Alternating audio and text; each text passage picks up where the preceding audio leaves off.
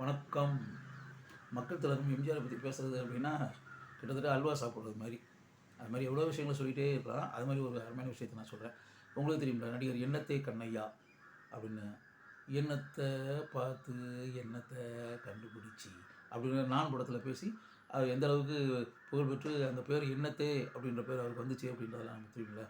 அவர் வந்து எம்ஜிஆர் நடித்த திரைப்படங்களில் நடிச்சிருக்காரு. சிவாஜி சார் நடித்த படங்களில் அவர் நடிச்சிருக்காரு. எனக்கு அவர் நல்ல பழக்கம். இப்போ அவர் இல்லை, நம்ம விட்டு பிரிஞ்சு போயிட்டார். வாரத்துக்கு ஒரு முறையாவது நான் சாலிகிராமத்தில் வந்து ஆஃபீஸ் ஒர்க் இதில் என்னுடைய அலுவலகம் நான் வச்சுருக்கும்போது வாரத்துக்கு ஒரு தடவையாவது கட்டாயம் எண்ணத்தை கண்ணையா வந்து வருவார். என்னை பார்ப்பதற்காக வருவார். 1 மணி நேரம் 1.5 மணி நேரம் கூட உட்காந்து பேசி காஃபி டீ எல்லாம் குடிச்சிட்டு அப்படியே போவார். பல விஷயங்களை நான் அவர்கிட்ட அந்த காலத்து மேட்டர்லாம், ஏன்னா நான் சின்ன பையனாக இருக்கும்போதே அவர் நடித்ததெல்லாம் படங்கள் பார்த்தது. சும்மா அரைக்கால் ட்ரௌசர் போட்டுக்கிட்டு இருந்த காலத்திலேயே அவர் நடித்த திரைப்படங்கள்லாம் நான் பார்த்தவன். அதுக்கு பிறகு சென்னைக்கு வந்து படத்துறைக்கு வந்து படங்களை நான் மக்கள் தொடர்பாக பணியாற்றி பத்திரிகைகள் எழுதி அப்படிலாம் வந்த பிறகு எனக்கு அவர் நெருங்கிய நண்பர்னு சொல்லக்கூடாது, நான் பழகக்கூடிய உயர்ந்த மனிதராக எனக்கு ஆவார் அப்படின்றத நான் வாழ்க்கையில் எதிர்பார்க்காத ஒன்று.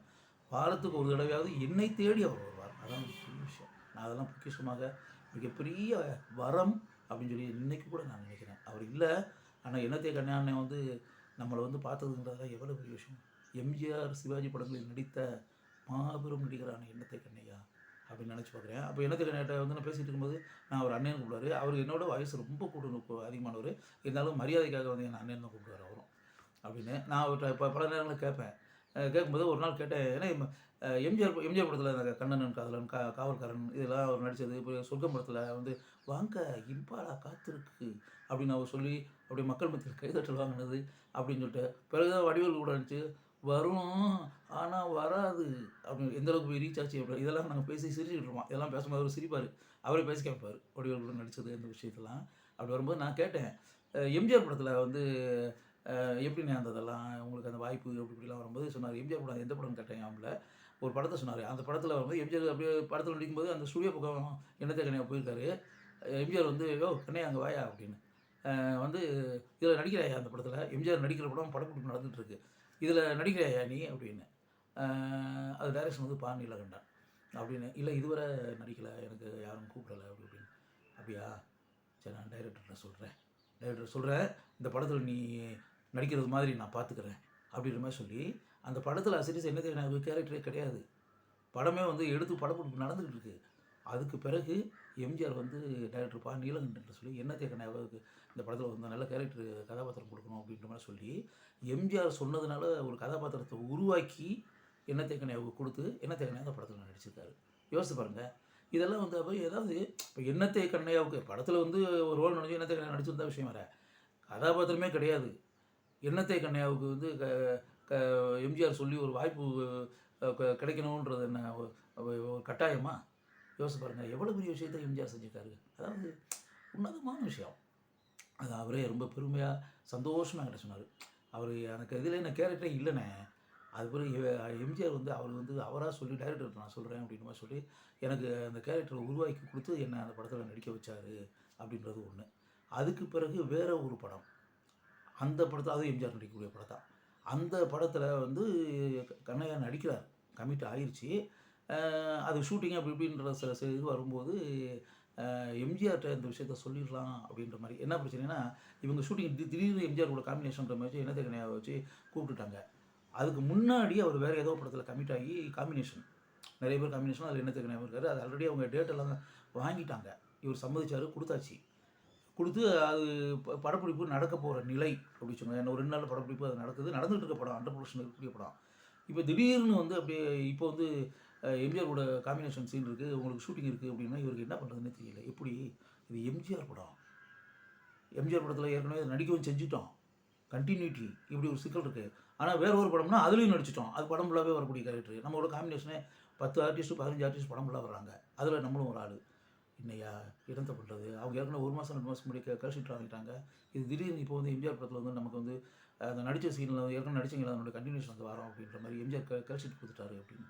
என்ன பண்ணுறது அப்படின்னு சொல்லிட்டு எம்ஜிஆர் போய் நேரடியாக போய் எம்ஜிஆர்கிட்ட போய் விஷயத்த சொல்லிடலாம் அப்படின்ற மாதிரி சொல்லி எம்ஜிஆர்கிட்ட போய் அப்படி தயங்கிட்டே நின்றுருக்காரு. கண்ணையா என்ன கண்ணையா என்னமோ இப்போ சொல்கிறதுக்கு தயங்கிட்டு நிற்கிறியா, என்ன விஷயம் அப்படின்னு.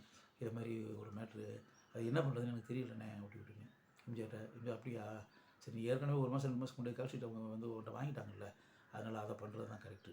அதனால் அது வந்து நம்ம ஒன்றால் அதுக்கு வந்து அந்த படத்துக்கு பிரச்சனை வந்துடக்கூடாது. இதை ஒன்று செய்வோம்.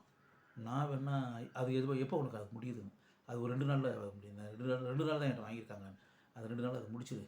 நான் நடிக்கிற சீனை வந்து நான் 2 டேஸ் கழிச்சு உன் கூட காம்பினேஷன் சீன் இருக்குல்ல, அது 2 நாள் கழித்து நான் வச்சுக்கிற சொல்கிறேன். இந்த 2 நாள் வேணால் வேறு சீன் எடுக்க சொல்கிறேன். நான் சொல்கிறேனே, இது நடக்குமா?